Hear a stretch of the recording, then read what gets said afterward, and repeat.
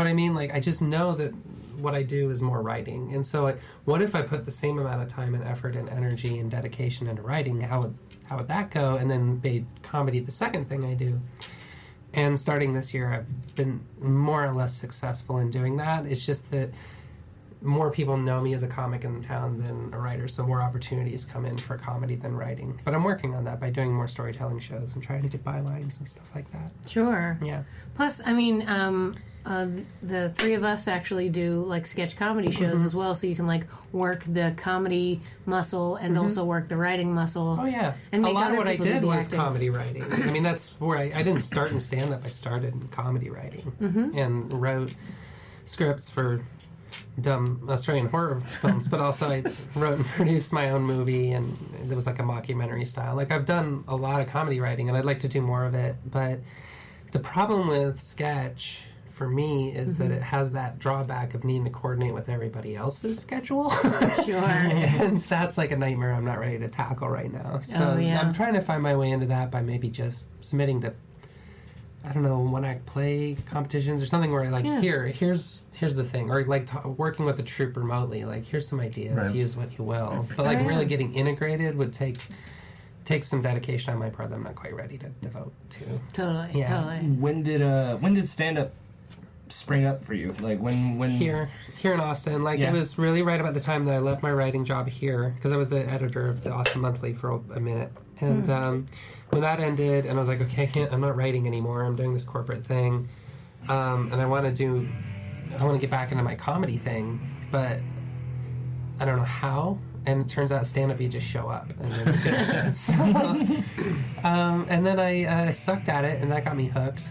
I can't really explain that, but being bad at something was nice. It was kind of refreshing, and like, I had to start from scratch. And so I sucked at it for a long, long, long time. And then it just became like an obsession.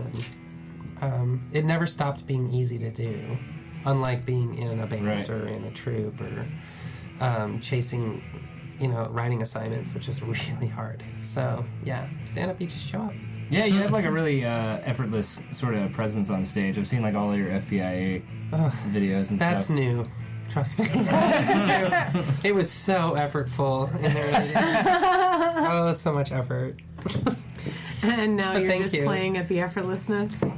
That's your new game? I think I've gotten to the point where I'm putting effort into things, but not into things that would be visible. You know what I mean? Yeah, totally.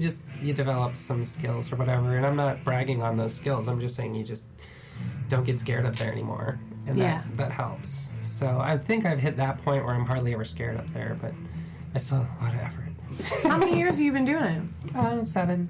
Oh, yeah. More or less, yeah. I was like, I think that's where you get to the I stop being afraid of the audience kind of situation. Yeah, it really kind of happened after 5 years or so. And it definitely really happened after I transitioned. Because I was like, a big part of my effort came from like, who the hell am I? Like, you're supposed to be yourself on stage. And I was fishing around for characters. I was like, I just got to find that Bobcat Goldthwait book or whatever. I just, the dumbest idea of how to like make it in comedy.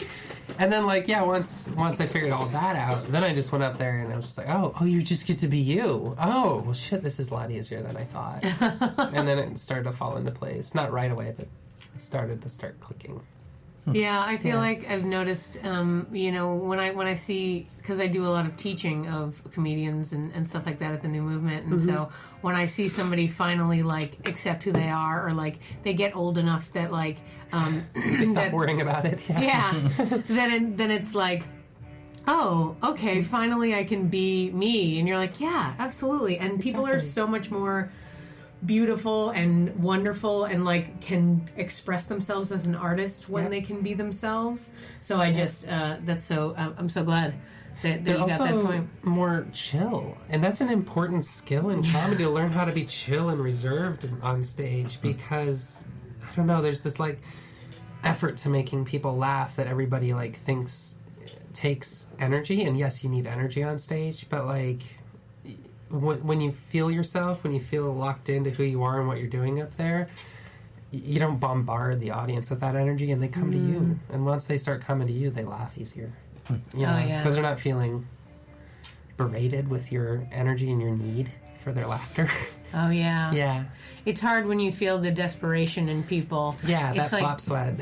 Yeah. And it's like when people are, when people first start and then they're like dying for some friends and you're like, it's okay. Yeah. There's enough of us. You'll find a couple people you'll be okay with. Like, we're a humongous community in this town. Like, relax, they're there. I was just talking to my friend about that last night. Like, there's this, it's weird because we're all more or less friends in the comedy scene. I mean, there's some enemies out there for sure, but like, we all basically get along because there's a total scratch my back, I'll scratch yours economy going on, and it's not crass. It's actually just very kind that we all get together. We see each other all the time. We help each other out. I'll give you some stage time. You'll give me some stage time. It's not a transaction. It's just how it works. Mm-hmm.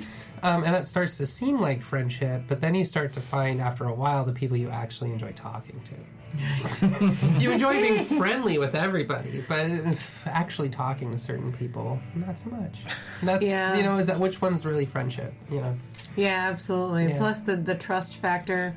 You know what I mean? Where you're like, okay, when something serious happens to me in my life, which one of these people can I call for help? Or like, which one of these people, when something crazy or amazing happens, who do I call? That kind of thing. Versus, I'm friendly with lots of people. I was like, I guess according to Facebook, I have hundreds of friends, but who do I call when my car breaks down? That's Very true. few. But there are also the people who are so desperate for your friendship that they'll show up to help you, and you still don't like talking to them. Oh my God! I don't know what to do with those people. They're sweet, but oh my God. You're so right. Oh my God. I know, right? I feel like I can't even I want to say. There's so many stories. Like little puppy dogs that are people. Austin comedy scene listening to this episode, I am not subtweeting you. I'm not. These were all the people I met one time when I went to Waco. Don't worry about it. Oh, and people are allowed to like or dislike people. That's the beauty of the large community. Yeah. Where we don't all have to be besties. Like, there's plenty of people. Heck, just the other day, so I'm teaching this Sketch 4 class. So, there's 4 levels of sketching at the New Movement, and the 4th one is, putting on a show. And one of the first things I said to them was, okay, you've all produced shows, because every single one of the people in the class is, seasoned producers. So I'm essentially let's put on a show that's the ideal show. And I said, I need you to send me private emails. One is a list of actors you want to work with, and the other is a list of actors you don't want to work with. Mm. Because after you do a bunch of shows, some people burn you. Some people, don't do the work, especially with sketch. It's I've written something, I need you to memorize that thing. And if you represent it badly, or if you don't care, or you show me, by showing up late all the time, I don't want to work with those people. And I had I started the no list. I was like, well, these are the people I'm not dealing with for your show. And then we can add from there. Let's play a game. We're just going to go around. We're going to guess names on that list. No. Right now. I wouldn't even let them send. I was like, do not send me an email with everyone on it. Don't reply all to any of my follow-up emails to class. I want you to send me an individual. I will write it down. I will not invite them, and then I will erase this list. No one will ever see this list, because it's not about being catty. No. It's about legitimately saying, you've earned 4 levels. You've taken 4 levels of class. You've earned a good show with solid performers, and I'm not gonna make you deal with some bullshit. Right. And as far as I'm concerned, there's enough people that do this kind of stuff that some people are just in it because they're it's funsies, and you're like, that's great. Well, then you're not a professional that I would like to work with. Yeah. Can I say that there's a morbid part of me that wants to be on at least one of those lists, one of those don't do it lists. Yeah, I just want to be one of them. What happens when you have no one on the yes list? Well, I want to just there's no one on reason. No, there's so many people on the yes list. In defense of the whole experience, it was twice as big, the list of people that people were like, oh my God, this person's amazing, I love them so much. Right. Totally. Than the list that was a small group. And I asked each one of them, the people that I liked, that I was like, oh, well, you put this on the no list, what did they do? And they told me a story, and I'd be like, well, we're not making you deal with that again. So it's I'm sorry, but especially this is a small town. People like to pretend it's a big city or whatever, but it's not. It's a small town. You got to deal with the consequences of your actions. And if you don't step up, if you produced a show and somebody didn't show up or bailed on you 3 or 4 times, you'd be not asking you again. Yep. It's people got to deal with it. We have similar. It's a little different in a comedy showcase because you're not controlling the performers' actual actions as much, right? You just trust that they'll show up and do a good job, and even people who do show up intending to do a good job and with the skills to do a good job are going to flop on any given night. So you tend not to like blacklist people who are having a bad night. No. Blah, blah, blah. But there is this like learned social thing in stand-up where I think a lot of new comics, they just start getting booked and then they start looking around at all the shows and wondering when mathematically it's their turn to get booked on those shows too. And then they start feeling butthurt because like so-and-so doesn't like me because they won't book me. And it's like, no, you got to learn. Everybody's in charge of their own shows. They book it the way they want to book it. If you think the person they put on the show is worse than you, so what? Start your own show. And I think that energy or that kind of pervasive notion is one of the reasons Austin has so many stand-up shows, is because people are like, you know, I don't have to sit around waiting for someone to say I'm okay. Yeah. I can actually start my own show and get better. That's always the best thing to do. And and it just kind of happens that way. It keeps a lot of drama out of the scene. Yeah. I'm not saying there's no drama. I'm just saying it's not like the bigger stand-up scenes where it's cutthroat and people are, you know, slicing each other's Achilles. Yeah. I mean, it's like, definitely sweeter. Yeah, even when like there's no money. So. Even when the new ones pop up for that reason or whatever, there's still like the consistent travel of those people that are always just doing work, you know. Yeah. So it's like, it's like you and your friends don't get asked to do, or you don't get asked for things, so you start this one thing, but then actual genuine, like, people just need to be at open mics, you know, like when you're doing it, you know, like, so just that flow's there, so then have fun with it. That's the same reason like I ever made a show at T&M. You know, it's like I just didn't get asked as much, so I started doing stuff. Yeah. You know, I just like wanted to come up with things. I've heard new comic after new comic come to that realization in stand-up. They're like, oh, I'm not getting booked. Or like, I haven't done anything in 3 months. And then they realize, but I haven't been out. Nobody's seen my face. Yeah. A lot of times it's 300 active, decent comics in this town. Just remembering everybody's a challenge. And so if you get out and they get out and you see each other, that's most of how you get booked. And so instead of sitting alone and grumpily typing on the computer, and I'm talking about myself. I mean, like, this is all realizations I had to come through too. Oh, no, we all grumpily type on our computers. Usually on Facebook. That's what they're for. Isn't that sad? I feel like my first 6 months of the theater was just like, hey, just show up and stand around, and someone's going to need somebody at some point, and then they ask you to do that thing, and you're like, great. Yep. Stage time. And now we all need you so much. Now your skill set is I know you. You were like one of the most needed people at the theater, so that works out.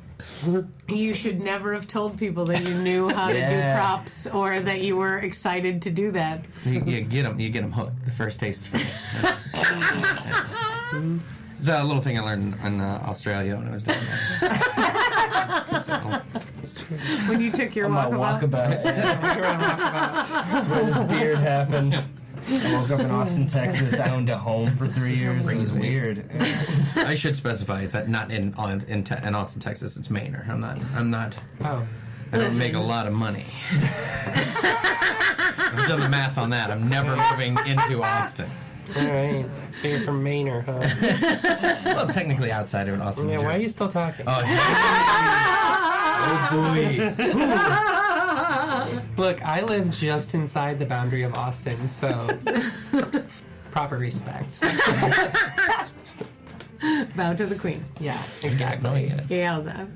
Oh my god, that's so funny. So since you've been around the scene for a long time, then do you feel like some of the newer comics like come to you for advice, or you know, because you're saying you'd heard people talking about, oh, maybe I should do this, or you know, have you ever like you know, the shoulder to cry on or something like that? Not so much overtly, and if people do come to me for advice, I'm the type of person who's completely unhelpful. My whole philosophy of stand-up is you have to figure it out for yourself. Yeah. Like, you can take a class and you can get the advice, but none of it may match how you become a good stand-up. There's so many ways to do this. It's not it's a self-taught skill for a reason. So that's most of what I tell them. It just takes time and paying attention to yourself, and I think most stand-ups get that very quickly. So it's not, every once in a while there's some Facebook groups or there's some people who've also been doing it for a while and get together and we'll talk shop, and help each other out with just experiences and stuff like that. But it's not. It doesn't lend itself well to mentorships at that starting out level. Sure. I think that comes much later.